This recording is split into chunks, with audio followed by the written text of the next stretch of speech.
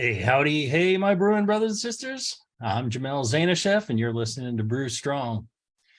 With me today is my dear friend and award-winning homebrewer, awesome traveling companion, Travis Combel, out in Houston, Texas. Thanks for having me, Jamil. Happy Yeah, to be here. how you doing today, brother? Doing all right. The weather is it's nice weather right now, believe it or not, which is rare around these parts. It's nice weather here too, which is really odd because it's been just pouring rain I nonstop. heard about that. Got like 60 feet of snow in the Sierra. Do you get snow every year? Like any snow? Up in the mountains we do. This year there was a point where the weather service, like 2 weeks ahead of time, said everyone in California will be able to see snow no matter where they're at. Which is like, well, that's weird. Yeah. They were right. Wow. There was snow on every little hill anywhere. It was pretty fascinating. I'd not seen that kind of snow before. I'd seen snow, a couple of times in the lowlands, in the flatlands, but yeah. Snow's always pretty at first. Yeah, then it kind of goes south. Yeah, and then you get tired of it. There's that. Yeah. Yes. Oh, let's see. I'm just God, all the technology here. I'm an old man, and so I got to use the Facebook. I've got to use the Zoom. I've got to use the internet, the interwebs.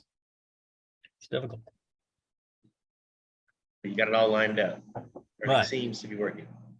You know which old man is very clever and capable of amazing technological feats? Like that nickname? My good friend John Blickman. John Blickman, he is one clever dude, and he uses that clever brain of his to make some amazing brewing equipment.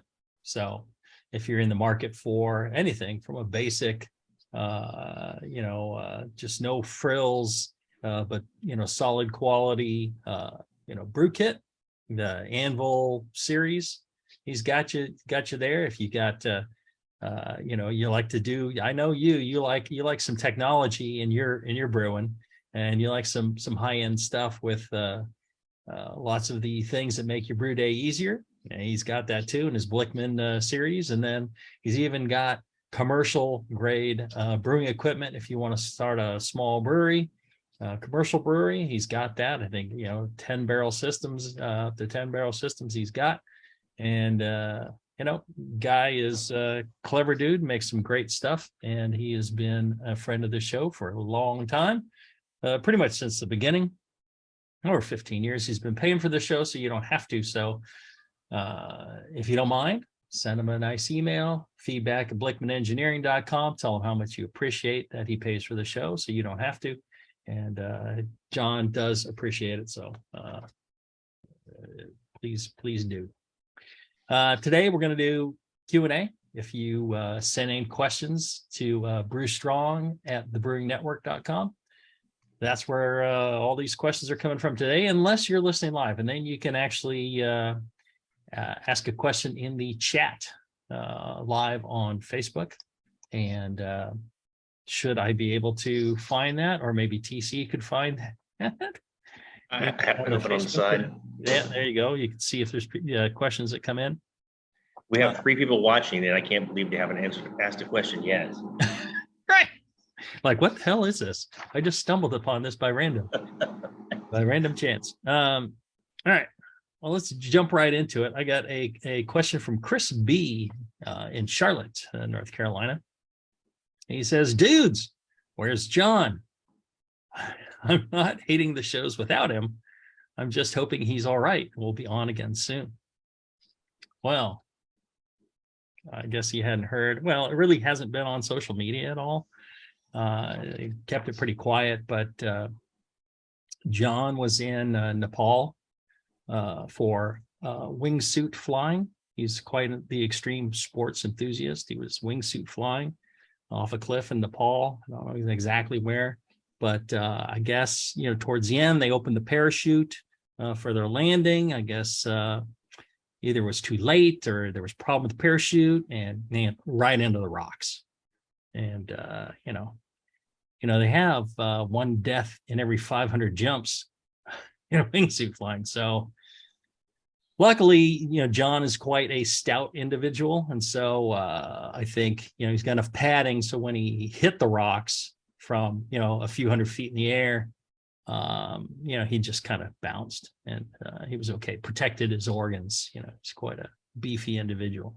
So that's what happened. And that's why he hasn't been on the show for a while, because, he's in this hospital in Nepal, and, our anybody believe in this? No. You could have warned me. I can't keep a straight face.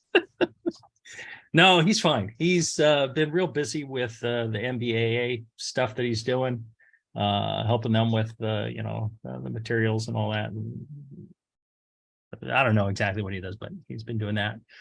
So he's just just doesn't have the bandwidth available right now. I'm sure he'll be back on to do some shows with us in the future, but right now he can't do the regular thing. So that's all right. You still get me, and you get great folks like TC here. So I get John sloppy seconds. Maybe that's what they called him when he hit the ground.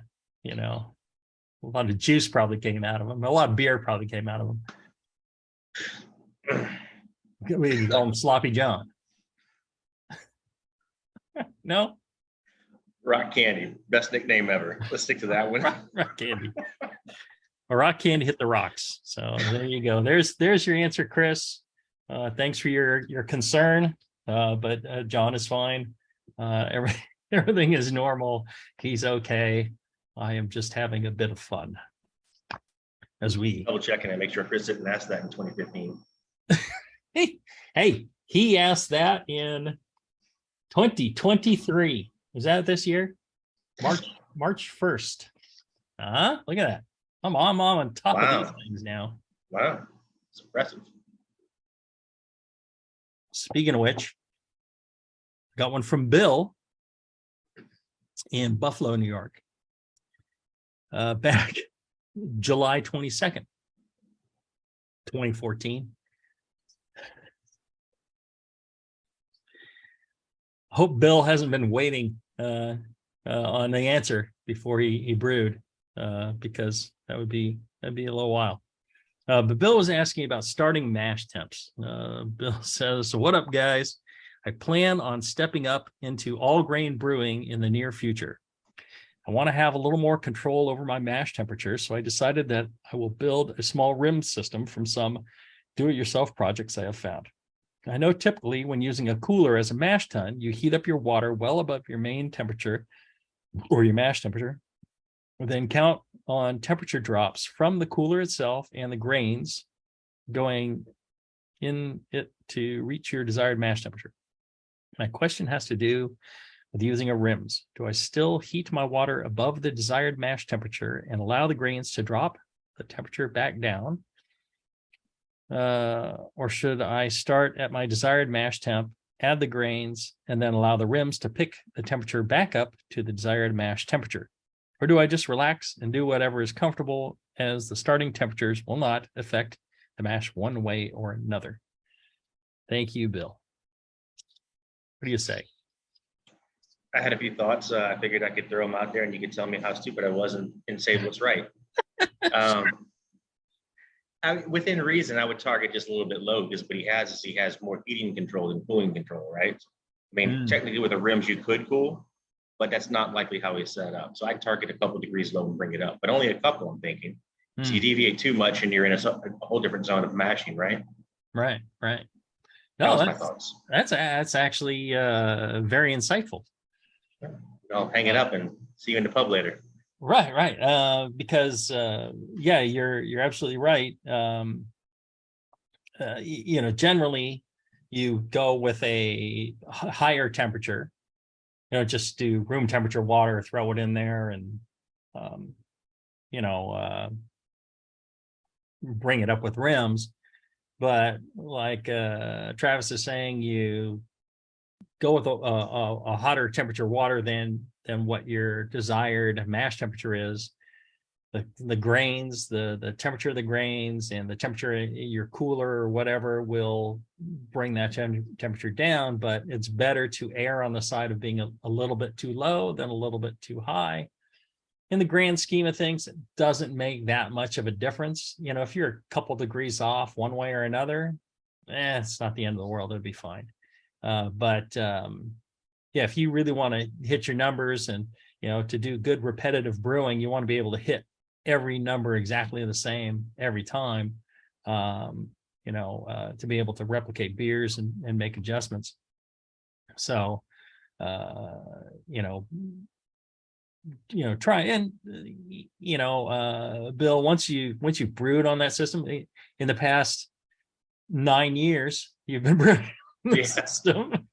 Yeah. You've probably noticed that it's kind of predictable what, how many degrees over you need to be in order to hit it.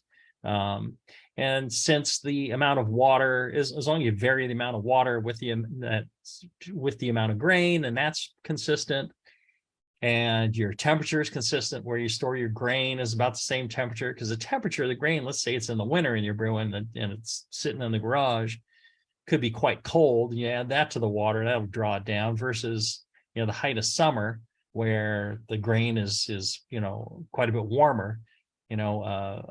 You could have a 20-degree difference in the temperature of your grains that you're adding to this water, and that will pull down the temperature even more. So it's a little bit of a guessing game, but yeah, I think in the grand scheme of things, it's not the end of the world if you end up off by a bit. But like TC's saying, if you're a little bit low, it's easier to go up than to go down on a rim system.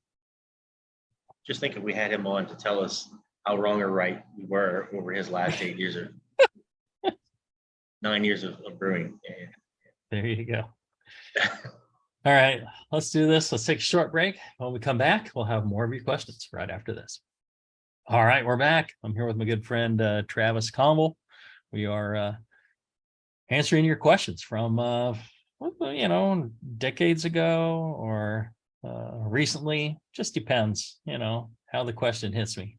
I'm like, well, that's an easy one to answer. Might as well knock that one out. That seems I appreciate that. You brought the softballs for me. I saw it and I appreciate it. I'll always give you the softballs. Yes. Smooth ones too.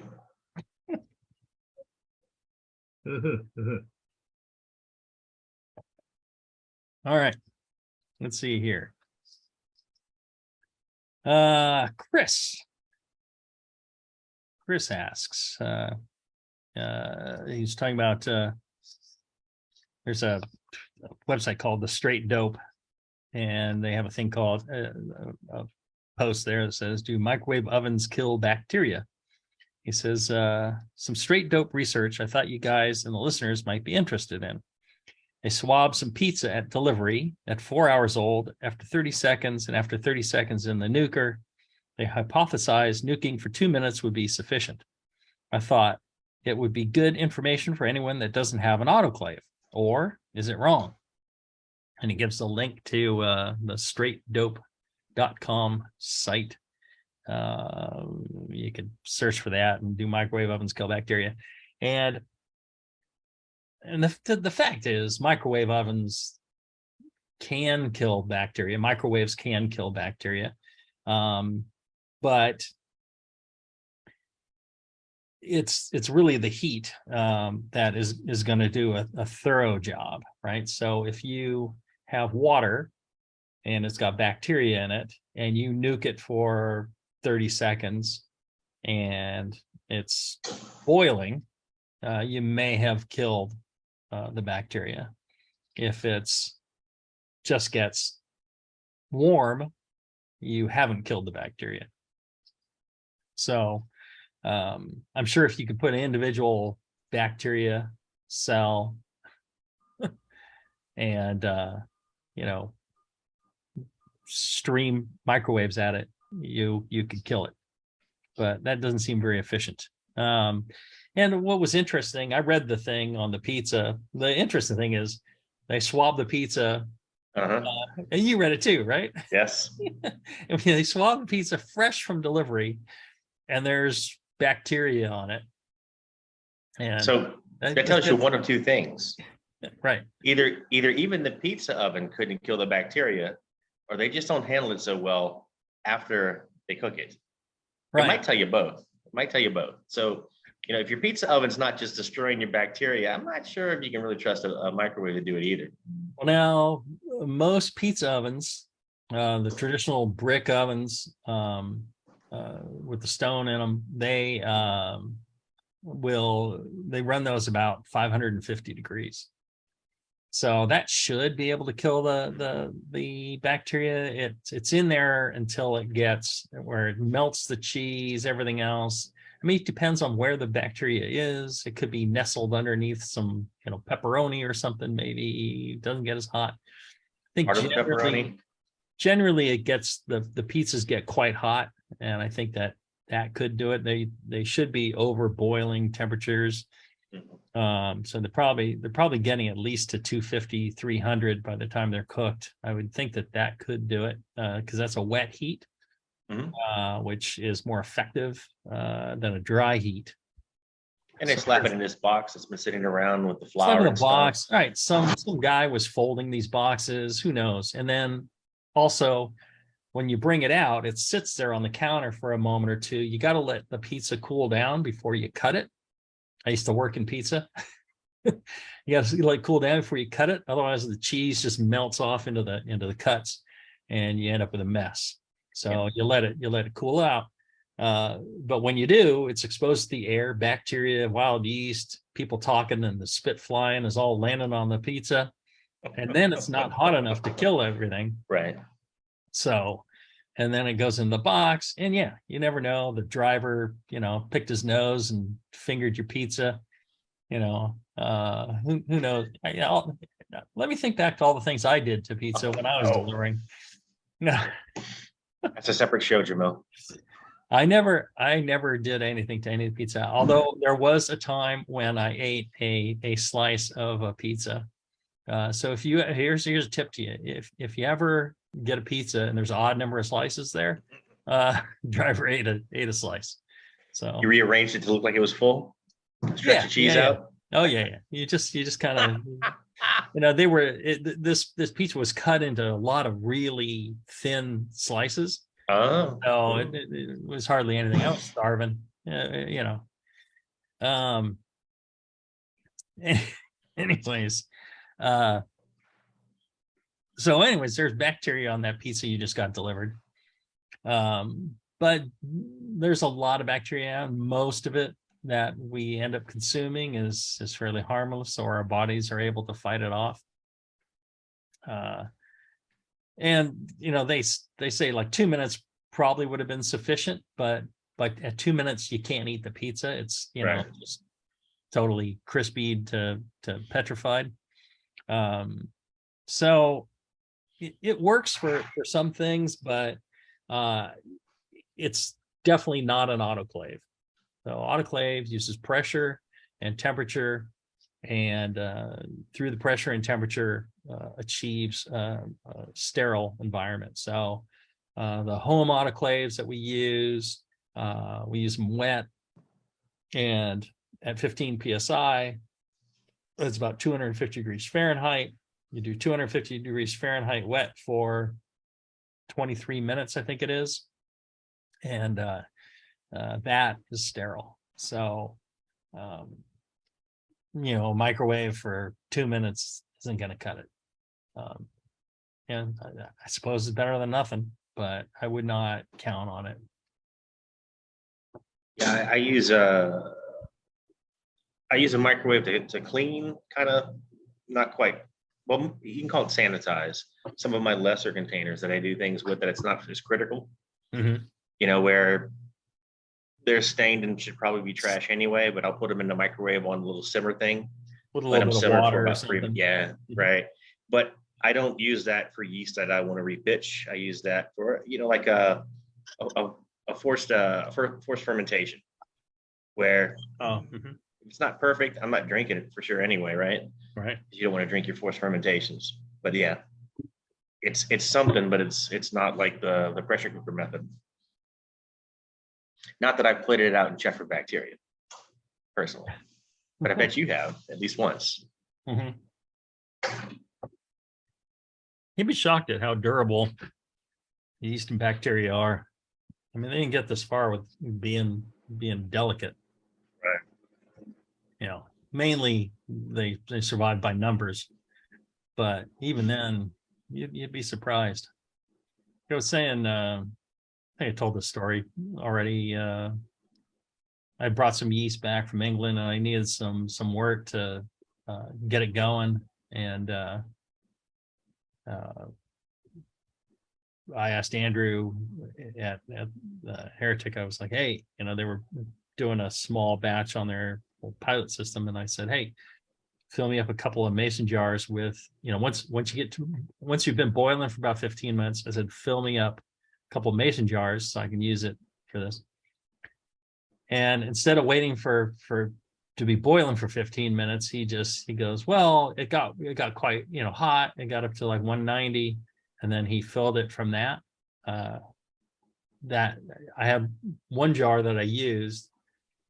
And then the other jar, I kept sealed. I didn't open it, anything. And it fermented in the jar, and like a big layer of yeast on the bottom. So who knows what it was.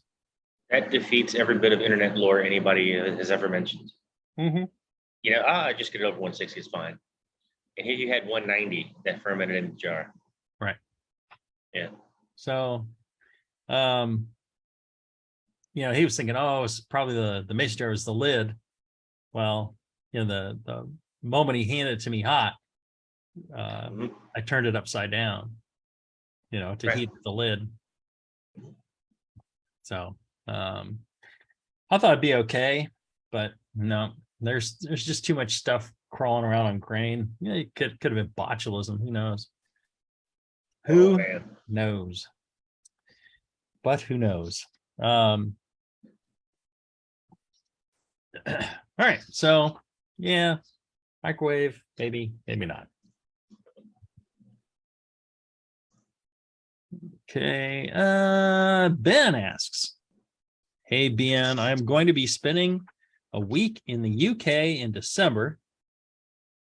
And he sent it in November. I mean, can't really help you, if you're not that quick.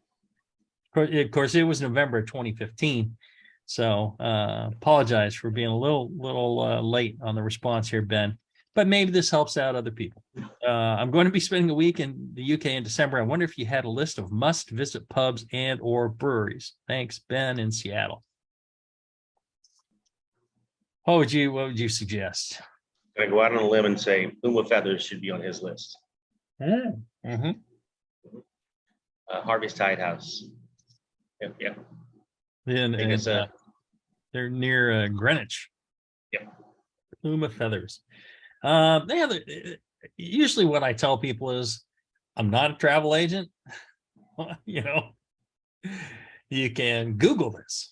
And that's generally what I tell people is, I mean, the way I find pubs anywhere I go is I Google it and see what comes up, pubs or breweries. And then I look at the ratings and see which ones, do well. And as far as pubs, there are a couple of great lists of historic pubs. And what I have Googled in the past is historic pubs in London. And it gives you a list of all the historic pubs, how old they are from the oldest, and it gives you little descriptions of them. It gives you walking tours. And I would just use one of those. If you haven't been before, there's so many great pubs there that absolutely, it's hard to to say one way or another. I would make sure to hit a Harvey's Pub and get yourself some Sussex Best Bitter. I think is one of the greatest beers in the world, and you should definitely have some if you're over there and interested in British beer. So, yeah, really, if you know what you want to see in London, find out how close it is to where you're going to be, and if you just want to see good stuff, just start walking. It's a great town. Yeah. So many good pubs. I mean, have we ever walked into a bad pub in London? Paris is a different discussion. Well, I will say there is a Young's pub, the Cheshire Cheese. Interesting name. The Cheshire Cheese. What is it? Did you go there with Neil?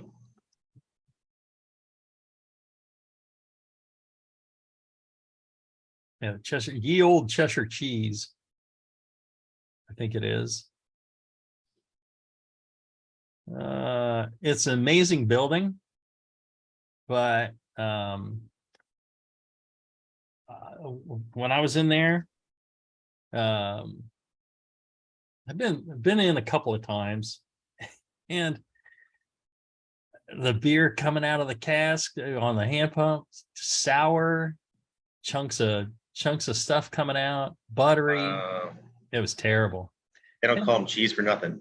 And they did not care at all. The people serving it did not care. Wow, that's the most surprising part. Yep. Wow. Everywhere else you go, they tend to at least care a little bit.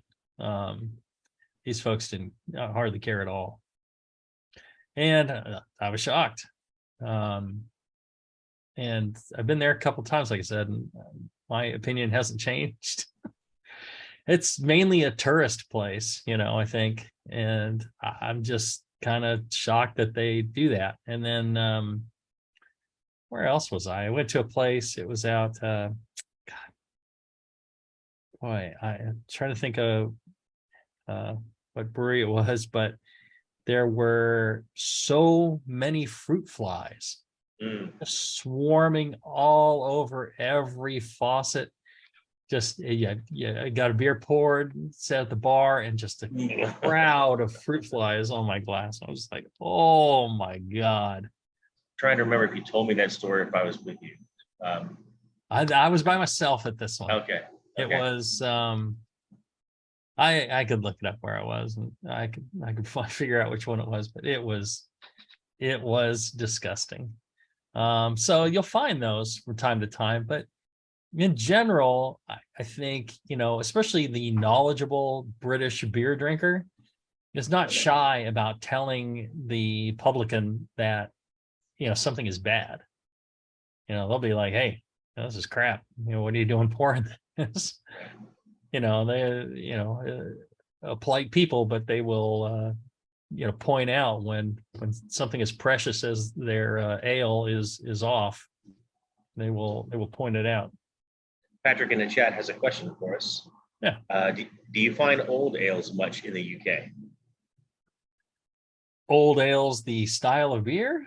Yeah, I believe that's what he means. He did not put an E at the end. He didn't say old ales, but I imagine, and Patrick can comment back in because he's listening live, I assume.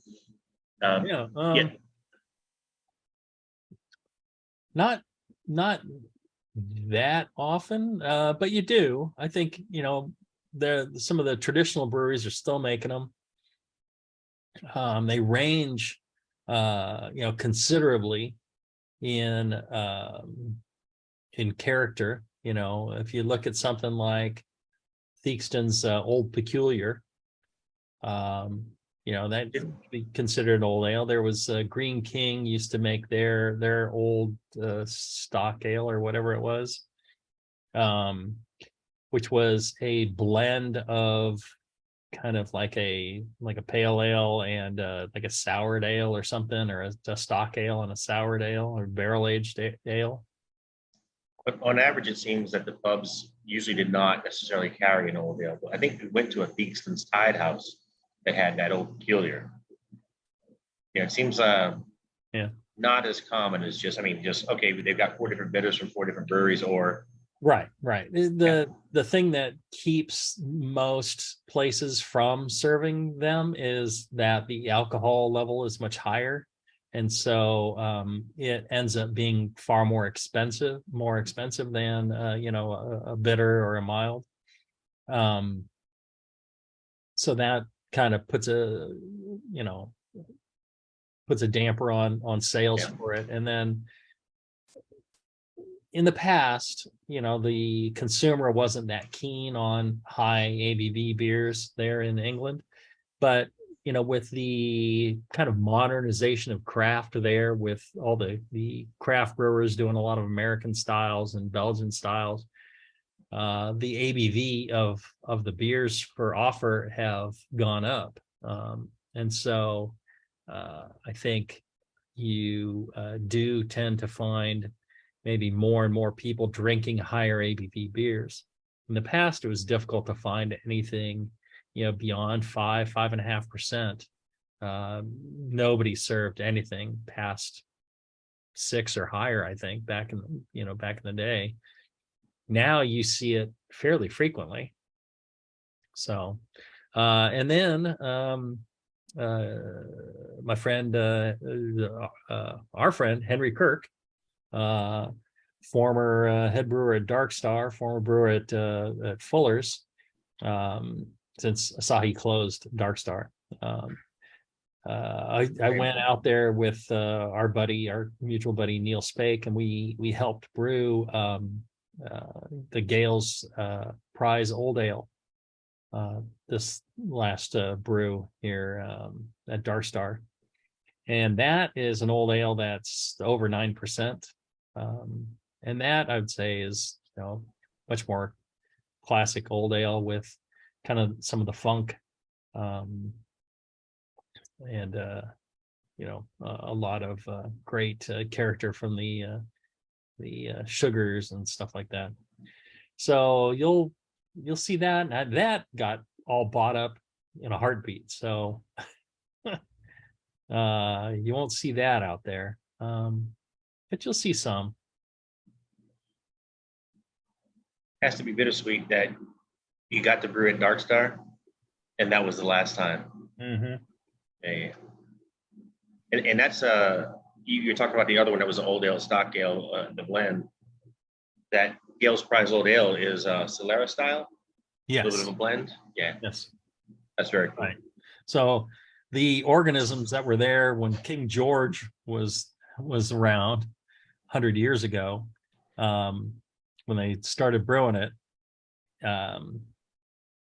was carried forward in the barrels, because they would age it in these wooden barrels for like a year or whatever, and then they take it out and package it. And so the microorganisms were living in that wood. And then when Gales got purchased by Fuller's, John Keeling, he realized the preciousness of that, and how all that wood stuff was going away, and all the Gales stuff was going away. So he actually went to Gales before it all got closed down, brewed a batch on the Gales, and on the Gales thing, or they brewed it and trucked it, I don't know. Anyways, he got it into the wood, and then that's been carried forward ever since then. They've kept back about half the beer from a batch in stainless, and then the organisms are still alive in there. And then when they brew a new batch, they blend it with that and keep the thing going, like Solera, like you were saying. And so those organisms are still alive in there, still kicking. So in this bottle, you have organisms that were, have a ancestry back to King George. It was kind of cool. Hadn't killed anyone yet. I'm not afraid of it. Yeah. Oh, it's all safe. So what do you suppose they did with the half held back after they killed off Dark Star? It got trucked back over to Fuller's. It's back at Fuller's. Does the site did the site buy Fuller's and the whole thing? Oh yeah, yeah. Okay, so the beer still exists. It just said buy Dark Star.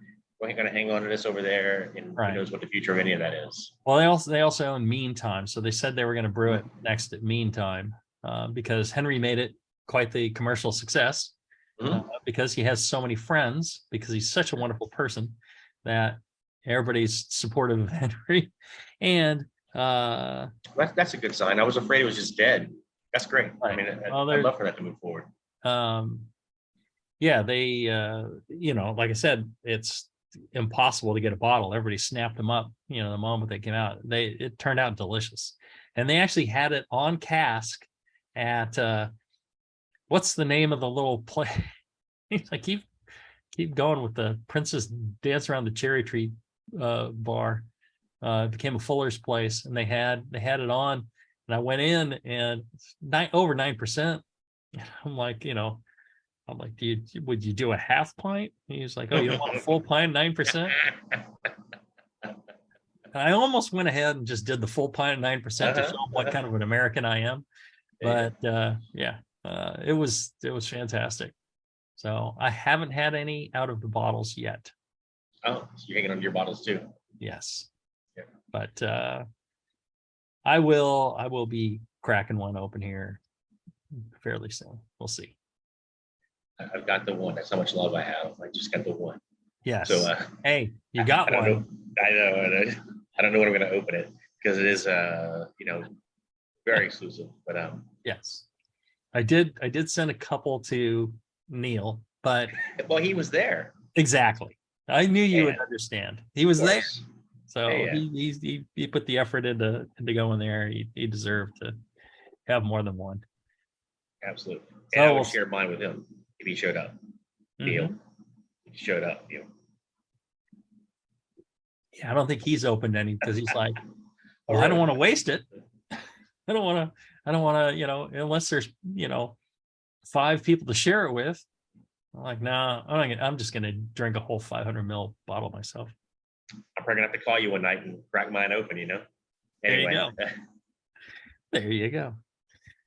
All right. Let me tell you about our good friends at Brew Chatter. They're out in Sparks, Nevada, right next to Reno. Brewchatter.com is the name of the website, and it is a fantastic homebrew shop where all the ingredients are fresh. Everybody you're going to talk to is very knowledgeable, and customer service is, job number one. Wonderful folks. My good friends Josh and RJ. I love those guys. They really have helped take the homebrew scene in the Reno metro area up, I think, with their quality and knowledge, and they're good sponsors here for us as well. So if you get a chance, check out brewchatter.com. They can ship stuff to you.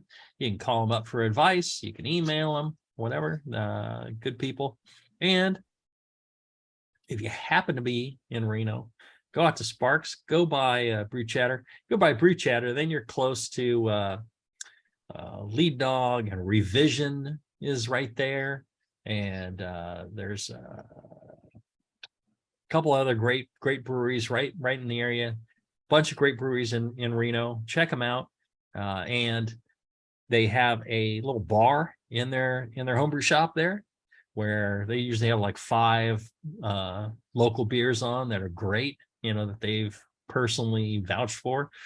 So you go in, you can have some great beers and enjoy yourself while you shop around and learn about, various things about brewing at Brew Chatter. So check them out, brewchatter.com. Let's take another short break. When we come back, I'll have more of your questions right after this. All right, we're back.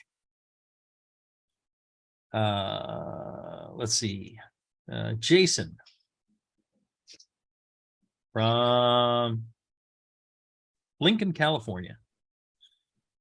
He says, start me up. He says, hey, fellows, I hope all is well. I won't verbally blow you like most of your listeners do, as you're already well aware of the impact you have made on the homebrewing community. So here's my question.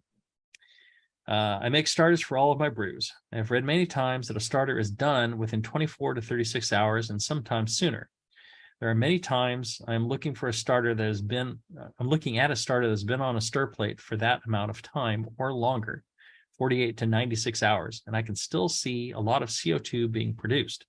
From my perspective, this is a sign that the yeast are still doing their thing, eating, multiplying, etc.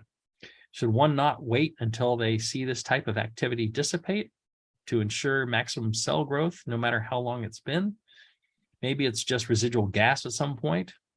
I can tell you about residual gas. Maybe the agitation from the stir plate is making bubbles that just appear to be CO2. Some particulars. I use Mr. Malty to calculate my pitch rate. Starters are generally 2 vials into 2 to 6 liters of wort, depending on OG and style. Starter is almost always made with DME. Use a stir plate. OG is approximately 1040. Due to starter size, I prefer to crash decant starter wort. I heard this can help glycogen reserves too. Starters generally done at room temperature.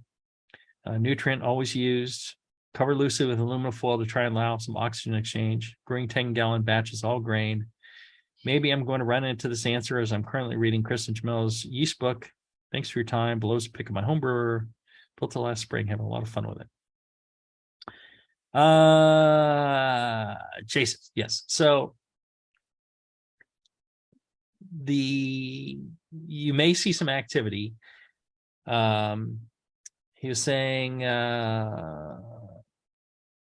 from my perspective, since you see CO2 being produced, from my perspective, this is a sign that the yeast are still doing their thing, eating, multiplying, etc. Okay. They are eating, they're not multiplying at that point. The multiplying comes earlier on as they kind of adjust their environment and they start taking up and they start budding off daughter cells based on the existing situation, right? There comes a point where they stop multiplying and then all they're doing is just eating, right? It's at that point that you can certain point into eating that, and they're done multiplying, you crash cool. What the yeast producers do, they crash cool them at that point to maximize the glycogen reserves in the yeast. If you let them go all the way to the end and till everything's completely done and stops and is sitting there and it's sitting warm, they are going to start using their glycogen reserves back up and you will have less glycogen reserves in the yeast. It's not that big a deal if you're pitching it into a beer. Really wouldn't worry about it that much, but it is one of the things that the yeast producers do really well to maximize the storage ability and the viability of the yeast when you go to pitch them. Because again, the yeast producers, they're not going from a starter the next day into a beer. They're going from a starter into packaging, into sitting in their stock, getting shipped to the homebrew shop, getting purchased by you, all that stuff. So they need the glycogen reserves. It's not as critical for a homebrewer. So yeah, in 48 hours, it's done multiplying. Everything's done. It's probably pretty much done with fermenting too, unless you pitched a very small amount of viable yeast and you had a very large starter. Generally, it should be done by then for sure. It's taking 96 hours. I mean, you can ferment a full beer in 96 hours. So, yeah, generally, I'd give it 2 days and you're done. Stop the stir plate. Put it in the fridge. Let the yeast settle out. And then when it's time, decant off the liquid, and then you've got your yeast that you're going to pitch. one of the things that Travis does and I do is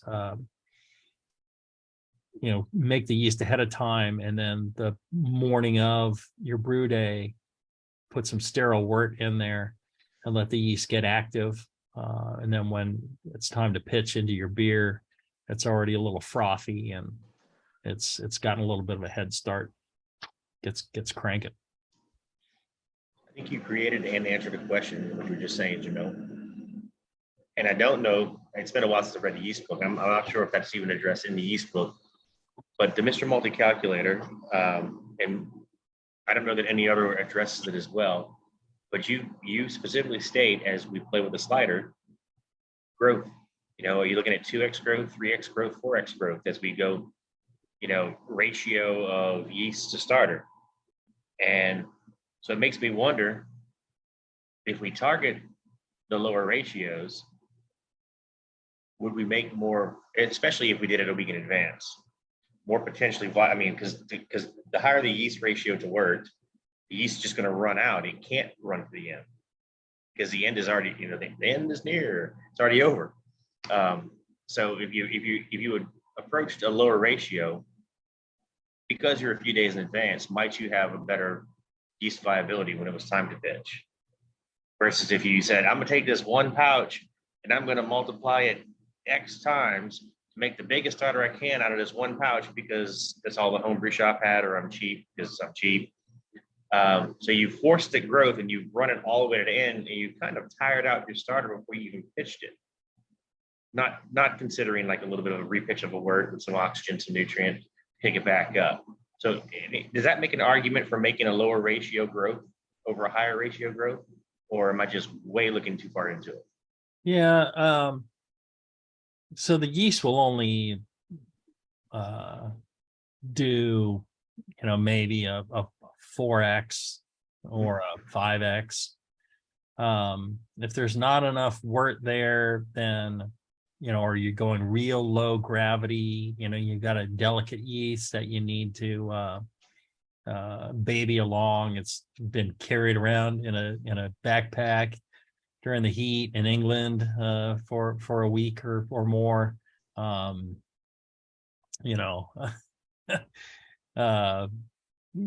you kind of need to baby it along.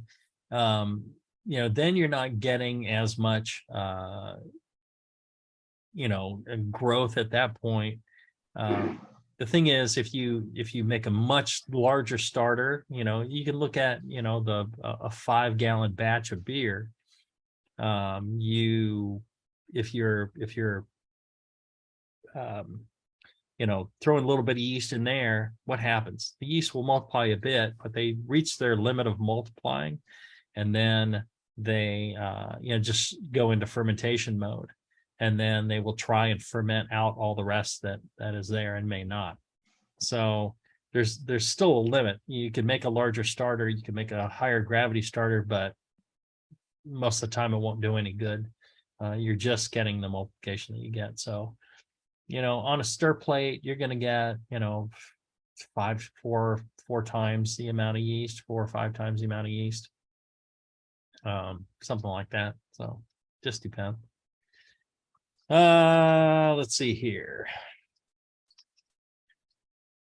Tim writes, I am a long-time listener of the Brewing Network. I'm a home brewer and recently started working as an assistant brewer at a professional brewery in Massachusetts. We are looking to get in touch with a BJCP judge that can give us some constructive feedback. We would appreciate any contacts you may have. P.S. I basically owe my employment to the BN. Thank you for all your entertainment, vast amounts of info.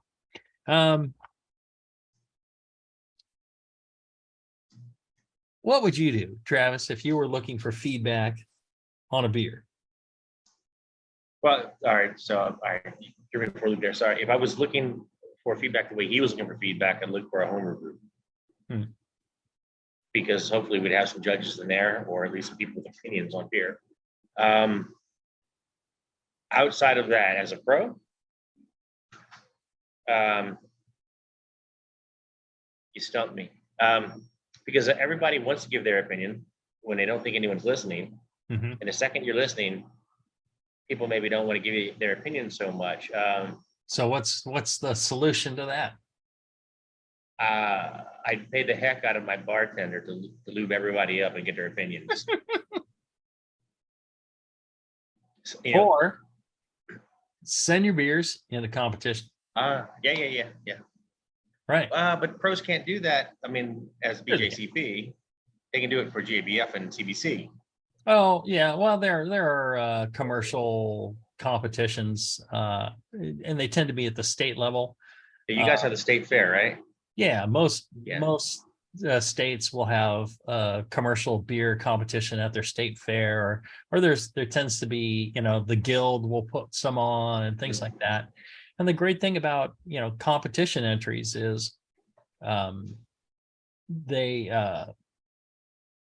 are judged blind, so nobody knows that it's your beer. You don't have to worry that Absolutely. and that way you get complete blind feedback on it. And so I think that's the best way. That's because if you get a person to come in and taste your beer and tell you about it, it's one person, and they may have biases. Mm-hmm. They may be afraid to speak their mind.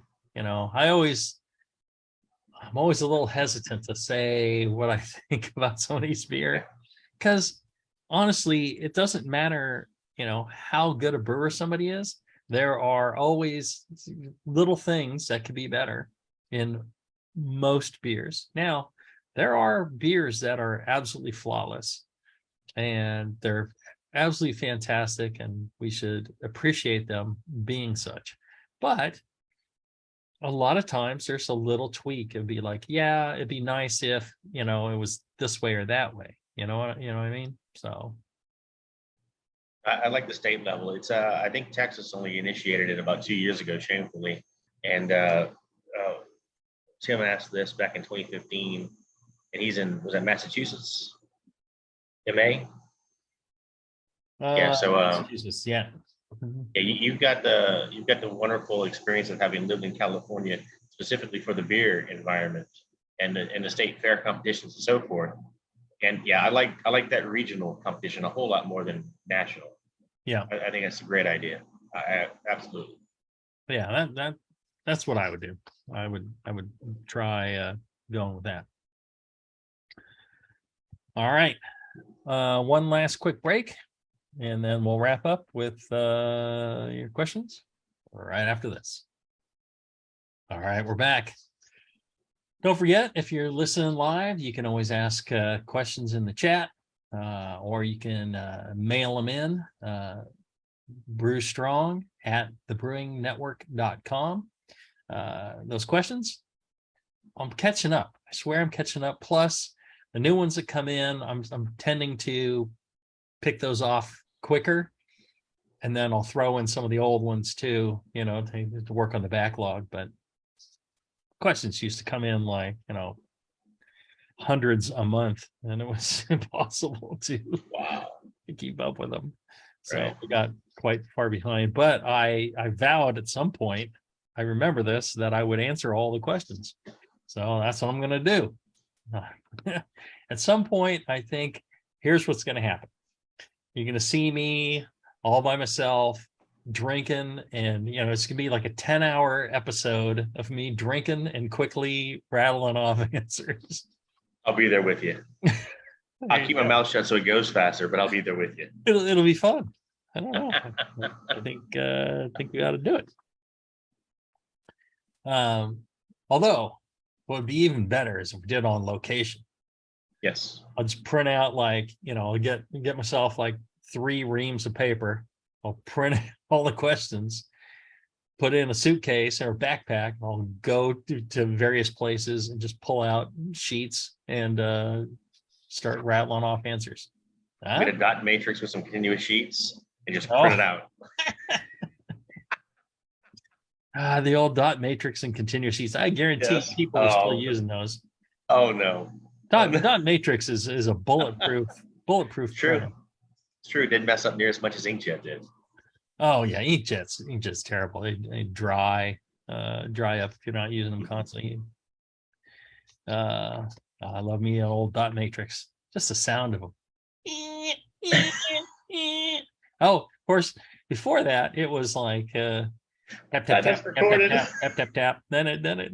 Oh, the wheel, the daisy wheel. Oh, the daisy wheel. Oh yeah, that was one of the first printers I had because I needed I needed something more typed for my my classes.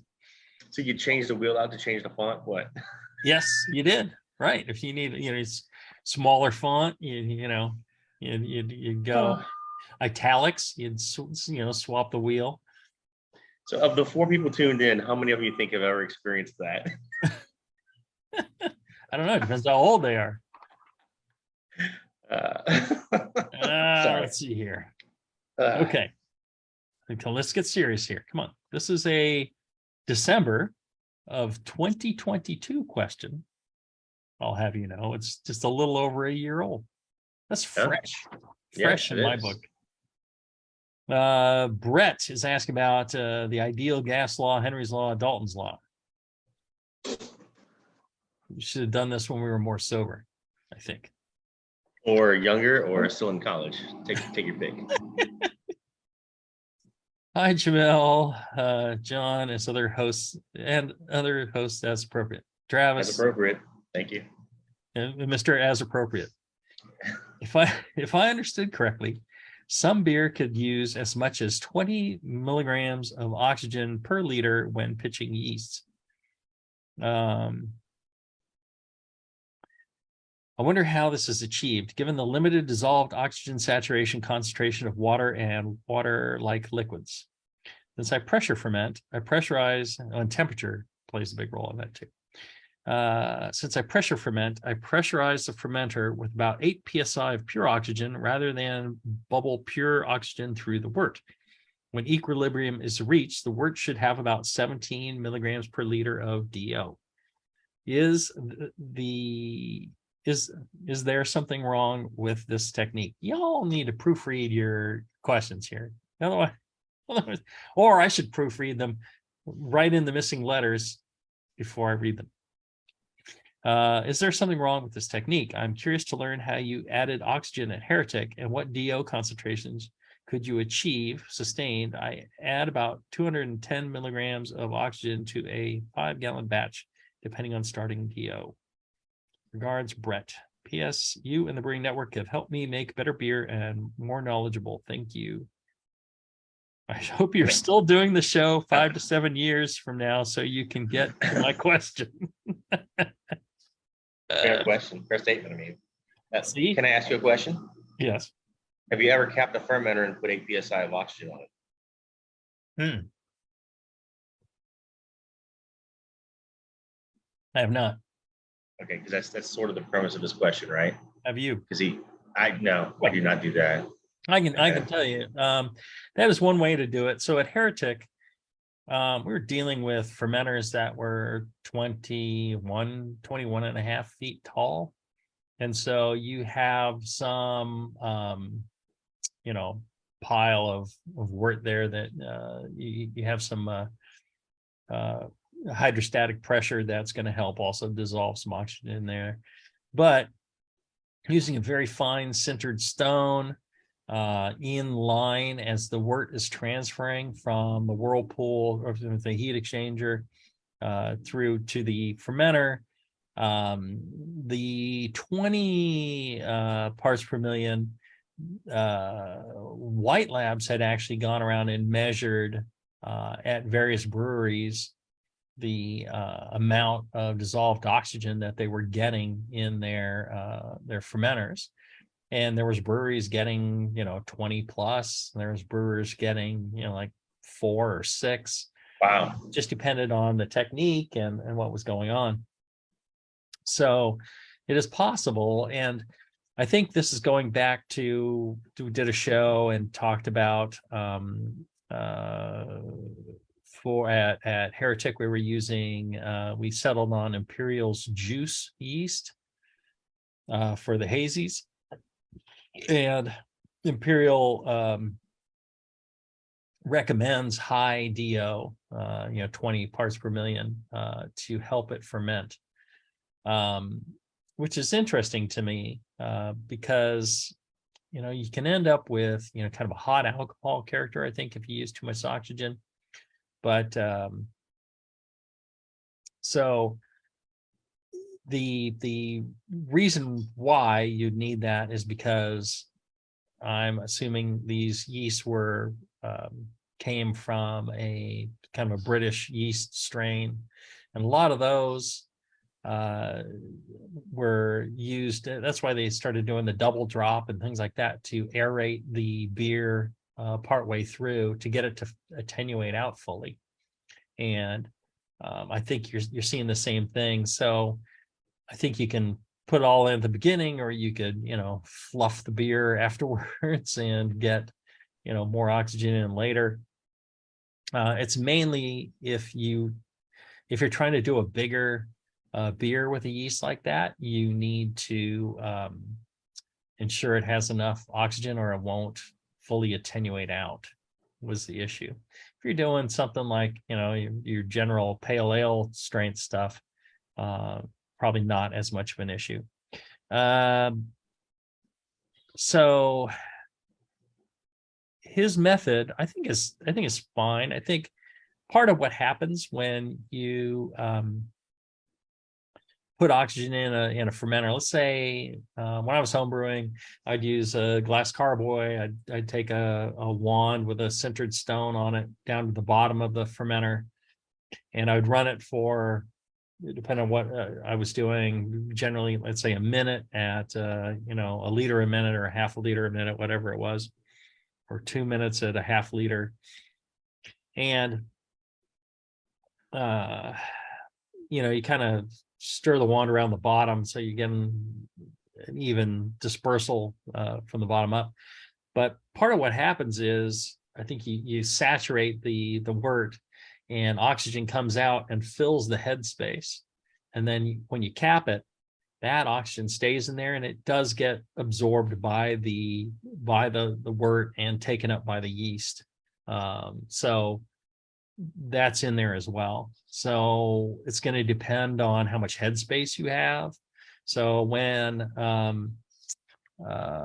Brett pressurizes his fermenter with 8 psi of pure oxygen, it depends on how much headspace. So if he has 10 gallons of headspace for his 5 gallons of wort, and that's filled with pure oxygen at 8 psi, that's a considerable amount of oxygen to add to the beer, versus if he's got a half gallon of headspace, right?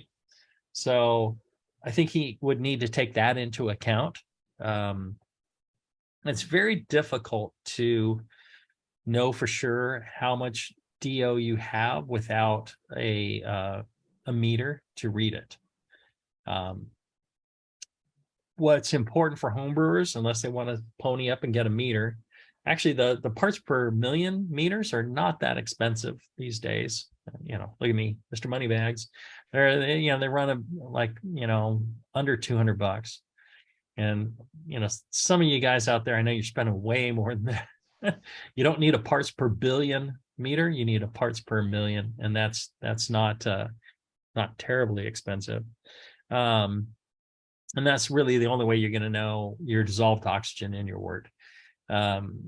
But what's more important for a home brewer is to be consistent in their dosing of oxygen. So you want to set yourself up with sintered stone, use the same stone every time, use a regulator that will deliver a consistent flow, half liter, 1 liter, whatever per minute. And then also tie that into the amount of wort that you have. So if you're dealing with 4 gallons of wort, you would add less oxygen. If you're doing 5 gallons of wort, you do more. If you're doing 10 gallons versus 5, you would double it. So you have some consistency across flow, time, volume.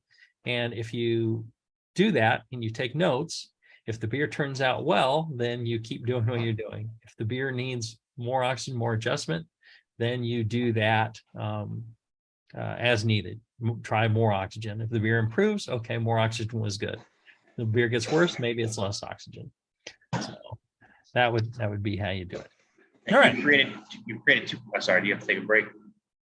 No. You created two questions with that. Question one was tying it back to the pro level. Because all us lowly homebrewers always think about the pro level, right? And your recommendation is 1080 plus double oxygenate for regular, like 001 Chico. And maybe two separate doses, right? Yes, sorry, yes. Spread 8 to 20 hours apart. Were you able to do that on the pro level? Yes. Okay, because that was question one. Because I know you oxygenate in stream on your first oxygenation. Do you go like to a stone on the side of the vessel for your second one? No, we'd leave the equipment hooked up, so we wouldn't be disconnecting things and reconnecting things for sanitary reasons. So everything got hooked up from the very beginning. We'd run, we'd heat it all up to sanitize everything, and then we do the oxygen on the first run, and then it stayed connected. We'd oxygenate again after about 8 hours, and then after that we could disconnect it and take it off. Second question I had, it's probably a whole discussion. We have you oxygenate your beer, you inoculate it with your yeast, and sometimes it kicks off fast, sometimes it kicks off 12 hours.